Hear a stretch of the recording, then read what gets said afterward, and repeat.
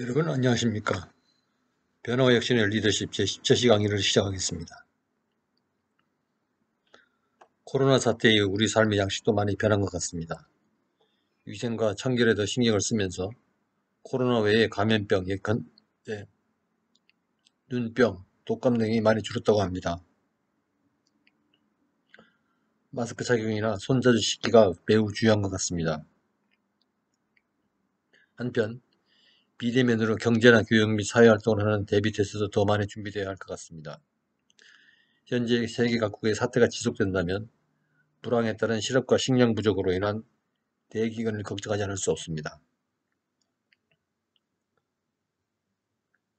전쟁보다도 무서운 시기가 될 수가 있습니다. 아무튼 빨리 백신과 치료제가 만들어져서 일상으로 돌아갔으면 하는 바람입니다. 수업에 들어가기 전에 한 가지 말씀을 드리고자 합니다. 원격 수업을 하는 교수 입장도 매우 답답하고 힘들지만 수업을 듣는 수강생 여러분도 매우 힘들 것으로 생각이 됩니다. 수업 시작 초기에는 접속 방법이라든지 의사소통상의 시간이나 방법상의 문제로 인해서 어려움이 있었지만 많은 학생들이 이를 이해하고 잘 따라주어서 고맙다는 말씀을 드리고 싶습니다. 그중 일부 학생들은 아직 수강을 하지 않아 출석 체크가 안 되는 상황이라 걱정이 많습니다. 출석은 수강을 해야 체크가 되는데 수업이 일주일 내내 시간을 주기 때문에 수강을 할 시간이 충분한데도 미루고 수강하지 않아서 출석 체크가 안 되고 있어서 이로 인해 출석 미달로 과락이 될 위기 처한 경우도 보입니다. 지금 원격 강의는 일단 감성을 지닌 교수를 통해 시작되고 이것이 컴퓨터와 소프트웨어 그리고 인터넷을 통해서 학생에게 전달됩니다. 그리고 학생은 인터넷 접속을 통해서 전달받은 정보를 소화하고 학습하고 퀴즈풀이나 문의사항을 교수에게 연락을 하는 등 시차를 둔 양방향 통신을 하는 중입니다. 교수와 학생은 유연한 감성을 지닌 인간이지만 그 중간을 이어주는 통신은 거의 인공지능과 같은 무감각을 가진 기계입니다. 학생과 교수가 즉시적으로 1대1 대면이 어려운 상황에서 교수가 보낸 자료를 기계가 그대로 전송하고 각각 개별적으로 다른 환경에 놓인 학생이 이를 받아서 해석하면서 비인간적이고 몰인간적인 수업에 참여 요구에 강요당하다 보니 몰인정하고 차가움을 느끼는 경우가 있을 수 있습니다. 그런 느낌은 교수 입장에서도 학생이 보내는 다양한 메시지에서도 마찬가지입니다. 이런 경우는 우리가 정보를 받을 때 기계가 보내는 몰인정하고도 무차별한 정보의 폭격처럼 느껴지는 상황에서 우리의 인내심을 시험받게 할 수도 있는 것처럼 느껴집니다. 교수도 사회적 거리를 두다 보니 가능한 사람들과 거리를 두고 만나지 않는 게 애국하는 길이다 생각하고 혼자 시간을 보내는 날이 벌써 여러 달째인데 여러분처럼 혈기왕성한 젊은 학생들은 오죽하겠습니까? 언젠가는 끝이 나겠지만 답답하고 꽉 막힌 것 같은 시간을 보내며 기계가 운반하는 인정 없는 정보 영상은 거부감을 줄 때도 있을 것으로 생각합니다. 이번 코로나 사태로 원격 수업을 하다 보니 과목당 준비하는 수업량의 뒤처리가 평소에 5배는 되는 것 같습니다. 물론 대다수 학생들은 착실하게 수업을 잘 따라오고 있지만 일부 학생은 이런 복잡한 환경과 인공지능 기계가 전해주는 자료에 거부감을 보이는 경우도 있습니다. 하지만 모두가 같이 어려움을 극복하고 합심해야 하는 이 위기를 잘 이길 수 있으므로 얼마 남지 않은 수업에 적극 참여해 주시기 바랍니다. 적극적으로 수업에 참여하는 방법은 다른 거 없습니다.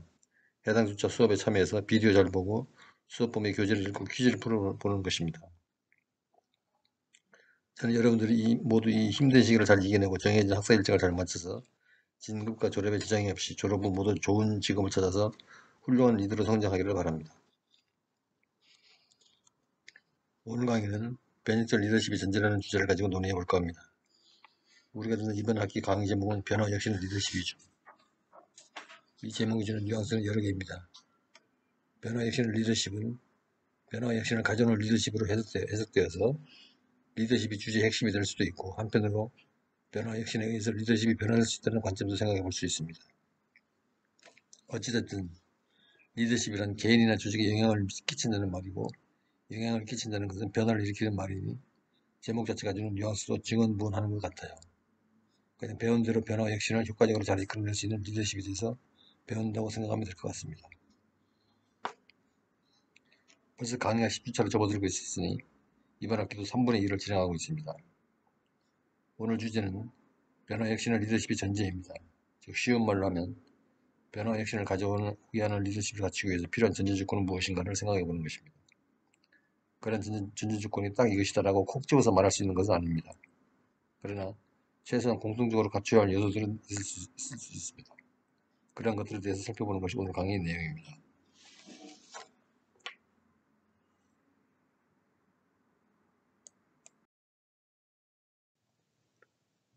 제10주차 학습 목표 및 내용을 말씀드리겠습니다. 10주차 학습 목표는 변화와 혁신의 리더십의 전제입니다. 학습 내용으로 변혁적 리더십의 전제 조건으로 메타인지, 탈무드, 혁신 DNA 등을 이해해야 합니다.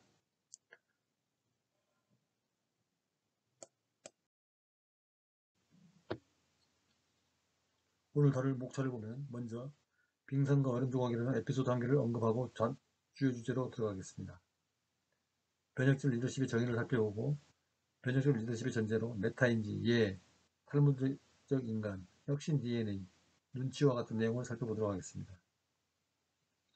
변화와 혁신의 리더십 전제 조건 사례로 거론된 메타인지, 예, 탈무드적 인간, 혁신 DNA, 눈치 같은 주제는 하나의 사례에 불과하며 이보다 더 많은 내용이 있을 수 있습니다.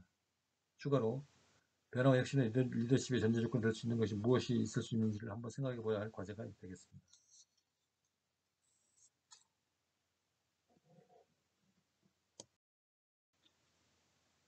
먼저 빙산과 얼음 조각이라는 에피소드를 살펴보겠습니다. 북극의 거대한 섬 그린랜드는 온통 얼음으로 뒤덮여서 자연의 신비로운 숨소리를 찬바람에 실려 보냅니다.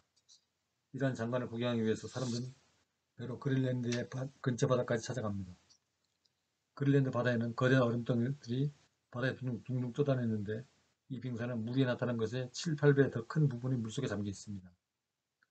큰 얼음산들은 바다의 조류를 따라서 따뜻한 곳으로 흘러가 도가 없어질 때까지 물에 떠다니는 것입니다. 여행하는 사람들은 바로 이 얼음산들을 보기 위해 몰려드는 것입니다. 한 척의 배가 관광객들을 태우고 그린랜드 바다로 들어왔습니다. 모두들 엄청난 얼음덩이에 감탄을 하였습니다. 그때 관광객으로 보이는 한 소년이 아버지께 물었습니다. 아버지, 이 큰 얼음산은 모두 이쪽으로 가는데 왜 작은 얼음 조각들은 다른 쪽으로 흘러가죠? 실제로 바다의 수면에 떠서 흘러가는 작은 얼음 조각들은 빙산과는 반대 방향으로 흘러가고 있었습니다. 소년의 무릎에 아버지는 소년의 머리를 쓰다듬으며 말했습니다. 잘 들으라. 큰 빙산은 바다 밑에도 더 큰 몸체를 지닌 채 떠다니는 것이어서 바다 깊숙한 곳의 조류에 따라 흐른단다. 그러나 작은 부스러기 얼음덩이들은 물 표면의 바람과 물결에 의해서만 움직인단다. 그래서 서로 다른 방향으로 흘러가는 것이란다.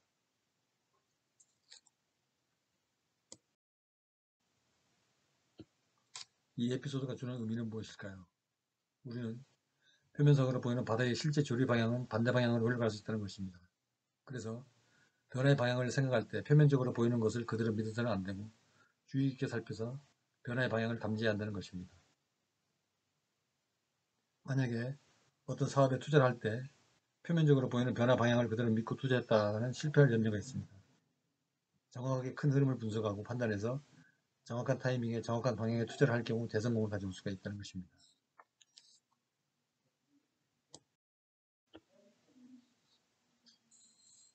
오늘 강의 내용은 교과서를 보면 147쪽부터 173쪽에 해도 되겠습니다. 자, 이번에는 변혁적 리더십에 대해서 알아보겠습니다. 변혁적 리더십은 변화와 혁신에 영향을 줄 수 있는 리더십으로 메타인지적 리더십으로 말할 수 있습니다.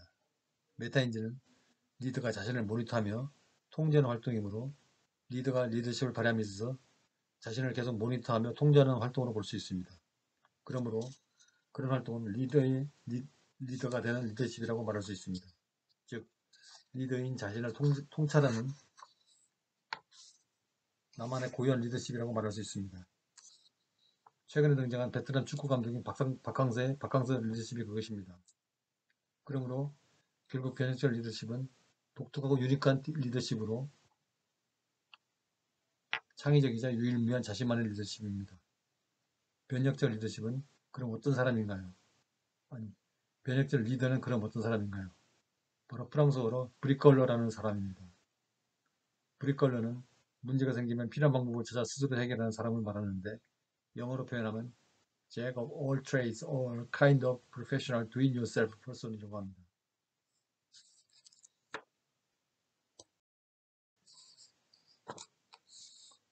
브릿걸리는 마치 손재주가 좋은 목공을 보듯이 문제가 생기면 어떤 방법을 동원해서 해결해 나가는 솜씨 좋은 사람을 말합니다. 리더십에서도 마찬가지입니다. 리더십에서 어떤 장애가 나타나면 슬기롭고 지혜롭게 헤쳐나가는 사람을 말합니다. 브릿걸러가 되는 것은 많은 지식과 경험이 수반됩니다. 그리고 꼭 필요한 사람의 자질이 필요하죠. 이런 자질들을 타고날 필요는 없습니다. 배워서 실천하면 됩니다. 우리가 배우는 그런 자질들이 바로 변혁적 리더십의 전제 조건이라고 하는 것입니다. 일반적으로 변화와 혁신을 리더십이라고 부르는 것은 점진적인 변화를 추구하는 전략으로 교육이나 훈련을 통해서 능력 개발을 통하고 이러한 자질을 구축해 나가는 것입니다.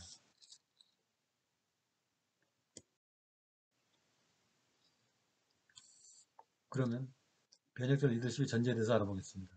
그 전에 우리는 변혁적 리더십에서 리더의 목적과 역할이 무엇인지를 살펴볼 필요가 있습니다.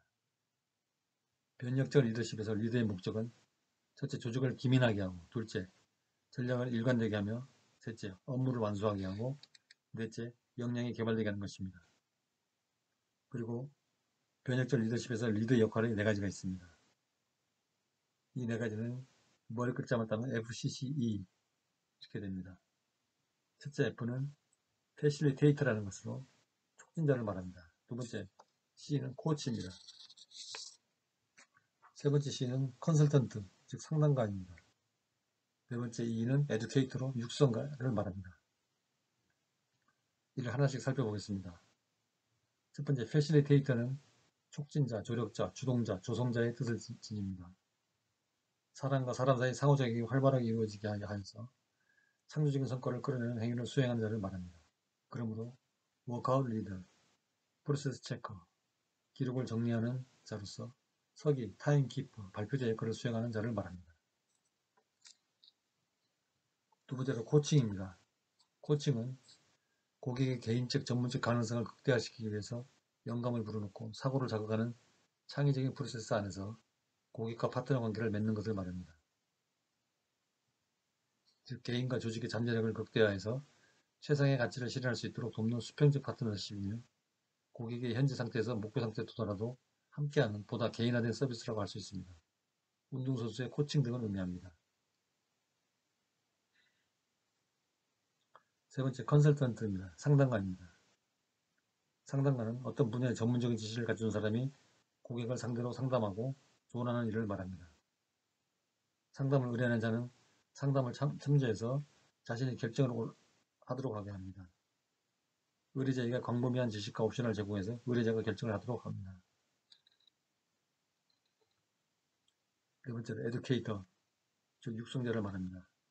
육성자는 실력이나 능력을 길러서 발전시키는 사람, 즉 주어진 과정을 학습이나 가르쳐서 해당 과정이 요구하는 능력을 갖추게 하는 사람, 즉 교사나 교수가 이에 해당됩니다. 자, 이걸 보면 리더가 수행하는 역할은 쉽지가 않은 것 같죠? 반드시 그런 역할을 수행하여야만 하는 것은 아니라고 생각합니다. 다만 그런 역할을 수행할 줄 아는 준비된 사람이 한다는 말이죠.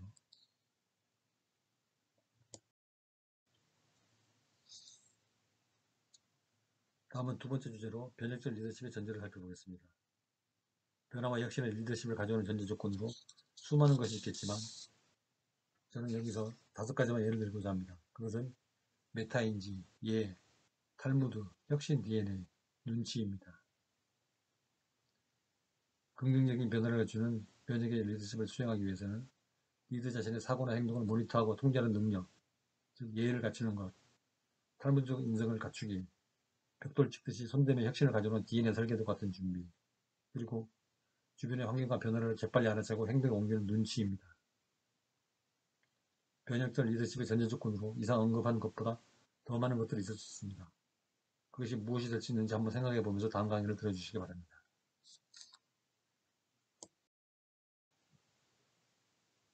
그러면 첫 번째 주제로 변혁적 리더십의 전제인 메타인지를 살펴보겠습니다. 메타인지는 생각의 생각입니다. 메타인지 핵심 내용은 자기 생각의 모니터와 통제라고 배웠습니다. 메타인지적 리더십은 리더십의 수행에서 계속 과정을 관찰하고 조정해 나가는 것을 말합니다. 그러면 어떻게 그 과정을 모니터하고 통제할 수 있을 것인가? 메타인지를 높이는 훈련 방법으로 첫째, 메타인지적 방법을 연구하고 전략을 짜는 것입니다. 그러면 자연스레 메타인지적 리더십의 효과가 높아질 것입니다. 두 번째로, 셀프 테스트를 하는 것입니다. 이것은 상황에 직면해서 내가 무엇을 알고 있고 무엇을 모르는지 분별하는 것입니다. 소크라테스는 너 자신을 알라 라고 말했는데 그 말은 당신이 모르고 있는 것이 무엇인가를 알라는 겸손의 의미를 일컫는 말입니다. 자신이 모르고 있는 것이 무엇인지를 깨달으면서 배워야 한다는 것이죠. 세 번째로, 기억과 학습법을 잘 익혀야 한다는 말입니다. 기억과 학습법은 공부를 하는 경우에 해당되는 말이지만 리더십의 경우에도 기억법을 활용한 학습법 개발처럼 유연한 전략을 세워서 메타인지를 높일 필요가 있죠. 인터넷 검색을 해보면 수많은 방법이 있습니다. 중요한 것은 정해진 시간에 주기적인 명상이나 기도 또는 큐티, 즉 quiet 타임, 조용한 시간을 갖는 것입니다. 예를 들어 두 번째 주차 수업까지는 브레인맵을 통한 효과적인 전략을 구사하는 것도 하나의 방법이 될 수 있습니다. 브레인맵은 어떤 일을 전후로 가장 효과적으로 그려서 낭비되는 노력 없이 목표에 집중하도록 하는 이점이 있죠. 이처럼 메타인지적 리더십은 리더십의 과정에서 목표를 달성할 때까지 지속적으로 과정을 관찰하고 조정해 나가는 방법을 말합니다. 환경은 살아있는 생물처럼 생각하며 이에 대해서 적응적으로 대처해 나가는 것을 말합니다.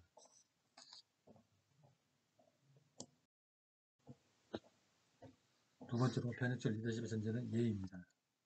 예란 유기에서 인간의 도덕성의 근간은 사회적 질서의 규범과 행동의 표준적 절차 및 유교적 제사 의례의 구성과 절차를 가리키는 용어입니다. 유교에서 말하는 사람이 지켜야 할 5가지 기본적인 덕목은 인의, 예지, 신이라고 하며 이를 우상이라고 합니다. 이 중에 하나가 예의입니다.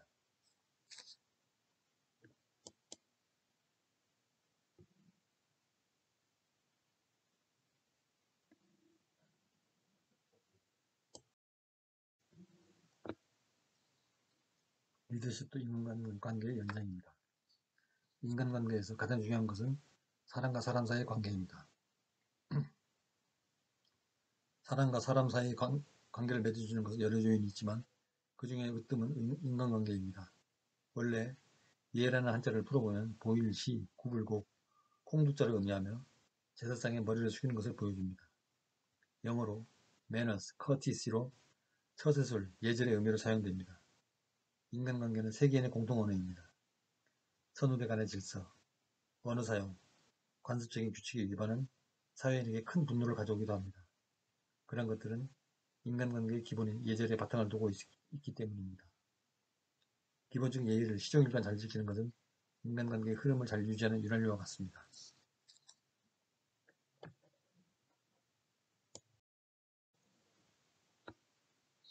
유교에서 인의 예지지는 오상이라고 합니다.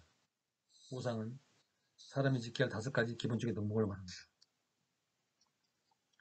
오상 중에 어질 인자는 통치자의 최고 덕목으로 너그럽다, 마음이 너그럽고 착하며 슬기롭고 덕목이 높다는 것을 의미합니다. 그런데 그러한 인의 근본은 극기복례라고 해서 공자 말씀에 하면 자신의 욕망을 누르고 자기를 극복해서 예로 돌아가는 것이라고 하였죠. 즉 자신의 욕망과 감정을 이겨내고 사회적 법칙인 예를 따른다는 것입니다. 극기복례는 나를 이기고 예의를 회복하다. 개인의 이익을 쫓는 욕심을 버리고 공공의 이익을 위해서 세워진 질서인 예를 회복한다는 의미입니다.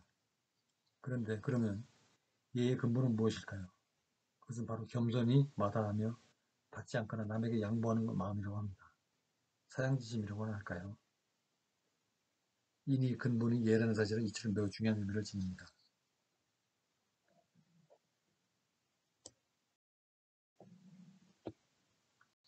예가 현실에서 활용되는 예를 볼까요? 이런 천금이라는 말이 있습니다. 무슨 뜻일까요? 네, 한마디 말이 천금의 역할을 한다는 뜻이죠. 즉, 말 한마디로 천냥빚을 갚는다는 말입니다. 어느 여자가 길을 걷는데 어느 노인이 다가와서 말했습니다. 자신이 가진 돈을 소매치기 당해서 수중에 한 푼이 없어 굶고 집에 갈 차비가 없다며 돈을 좀 빌려줄 것을 요청했습니다. 그래서 여자는 가진 돈을 털어서 노인에게 주며 갚을 수 있으면 나중에 갚으라고 전화번호와 주소를 적어주었습니다.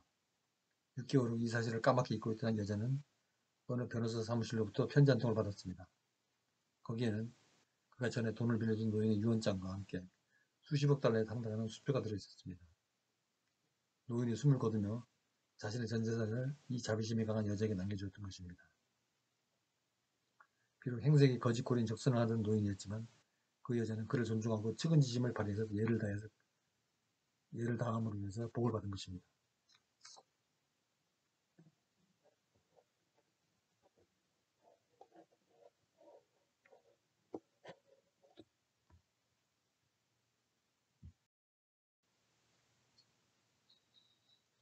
예가 현실에서 활용되는 다른 사례를 볼까요? 하늘의 제사 지내는 것입니다. 유교, 기독교, 이슬람에서 행하는 기도나 예배가 그것이죠. 조상과 어른을 공경하는 것으로 세배, 인사, 문안, 선물, 제사, 추도, 묵념이 그것입니다.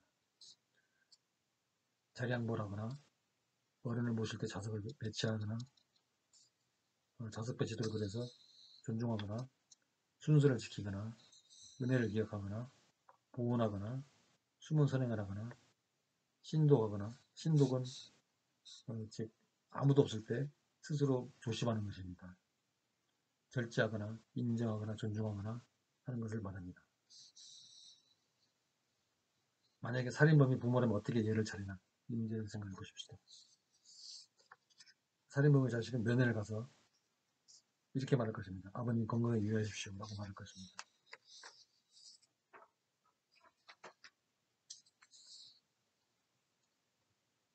비록 아버지가 살인범이라도 당신이 살인범이니 나의 아버지가 아니다 라고 말하는 자식은 없을 것입니다. 예는 인간관계에서 가장 정점의 윤리이자 핵심입니다. 예의만 잘 지켜도 인간관계에서 50%는 먹고 들어간다고 할 수 있습니다.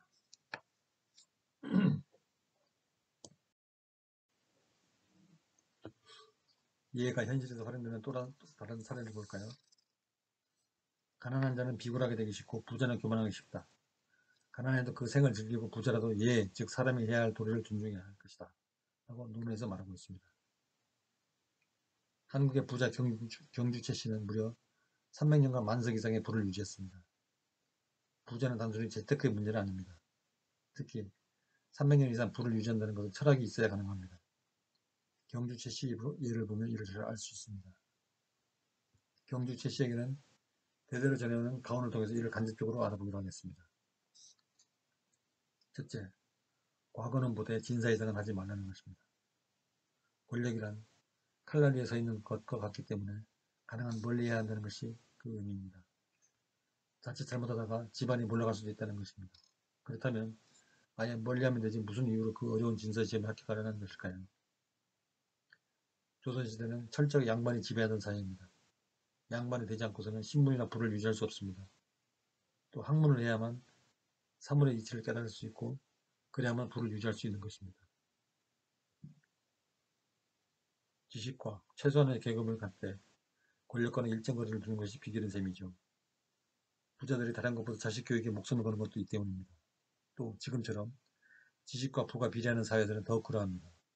깨달음이 있어야 부의 유지가 가능한 것입니다. 둘째, 인간관계에 바탕한 노사관계의 실천입니다.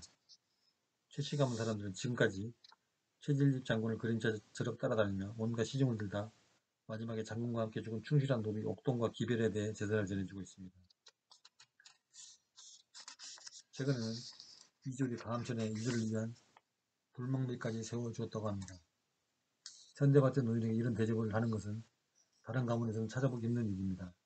부하를 가족처럼 생각하는 최씨 가문의 이런 행동이야말로 따뜻한 선비적인 일이고 부를 이렇게 유지하게 한 원동력이 아닐까요? 셋째, 솔선수범과 승승의 정신입니다. 함께 일하고 일한 만큼 가져간다는 것이 최부잣집의 철학입니다. 임진왜란 이후 국가는 황폐해진 국토의 개간자금을 국민들에게 권했습니다. 하지만 노력한 것에 비해 가져가는 것이 적어 사람들은 별다른 관심을 보이지 않았습니다. 그런데 경주 최씨는 병작 반수제를 과감하게 도입합니다. 병작 반수제란 농사를 짓는 사람에게 수확물의 절반을 지대로 주는 것을 말합니다. 착지 수준인 기존 지주들에 비해서 엄청난 대가였던 것입니다. 그 결과 수많은 유랑인과 수장인들이 기꺼이 최씨 가문 사람들과 일하기를 원했고 그들의 부는 계속 증가할 수 있었습니다. 또 당시 대지주들은 부대지주로서 주로 한양이나 큰 고을에 따로 살면서 소작료만 챙기는 사람이 대부분이었는데 최씨 가족들은 그 동네에 같이 살면서 이른 새벽부터 솔선해서 일터로 나갔습니다. 또한 일을 하면 배불리 점심을 먹을 수 있게 해줬습니다. 당시만 해도 하루 두 끼 먹는 것이 상례였는데 이들은 세 끼를 먹게 해줬던 것입니다. 넷째, 그들은 겸손했고 함부로 부를 자랑하지 않았습니다. 내 돈 내가 쓰는데 왜 그러냐? 이란 생각으로 어려운 사람을 염두에 두지 않고 자기 마음대로 돈을 물쓰듯 쓰는 졸부하는 대조를 보입니다. 최씨 집안 며느리들은 결혼 후 3년간 무명혼만을 잊게 했습니다. 대신 과객은 후하게 대접했습니다. 1년 소득의 3분의 1 정도를 과객을 위해 썼는데 참 대단한 일입니다. 덕분에 좋은 정보도 얻을 수 있었고 인심을 얻어서 어려운 위기도 잘 극복하게 되었습니다. 경주 최씨 마지막 최준 씨는 독립운동을 하다가 파산 위기에 처하게 되는데 당시 아리가란 식산은행장의 도움으로 살아납니다.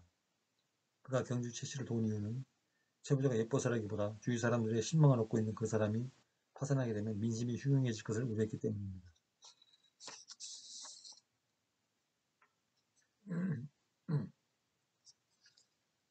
다섯째, 이들은 노블리스 오블리제를 실천했습니다.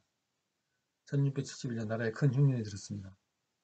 경주 최씨는 국간을 과감히 헐면서 이렇게 얘기했습니다. 모든 사람이 굶어 죽을 판인데 나 혼자 재물을 갖고 있어 무엇하겠는가. 국간을 열어 모든 굶는 이에게 죽을 거리에 먹이도록 하라. 그리고 헐벗은 이에게는 옷을 지어 입히도록 하라. 이렇게 말하고 집 앞마당에 큰 솥을 걸고 굶주린 사람들을 위해서 연일 죽을 끓이도록 했습니다. 지금도 그 자리가 활인당이라는 이름으로 남아 있습니다. 또 흉년에는 소정로도 대폭 탕감했습니다. 사방 백리 안에 굶어 죽는 사람이 없게 하라. 흉년기에는 땅을 사지 말라. 재산은 만석 이상 지내지 말라. 이것은 경주 최씨의 또 다른 유언입니다. 가진 자는 그 부를 주위 사람들과 나눌 의무가 있다는 오블리즈를 그 옛날에 이미 실천한 셈입니다. 일제강점하에 경주 최씨는 독립군을 지원하고 그것 때문에 가세가 기울기 시작했습니다. 마지막으로 나라의 교육을 위해 지금 영남대학의 전 재산을 기부하면서 화려했던 300년 불을 멋지게 마무리합니다. 이런 사례를 보면 우리가 말로 하는 예는 그냥 예절이 아니라 사람이 살아가는 도리를 포괄적으로 의미하고 있음을 알 수 있습니다.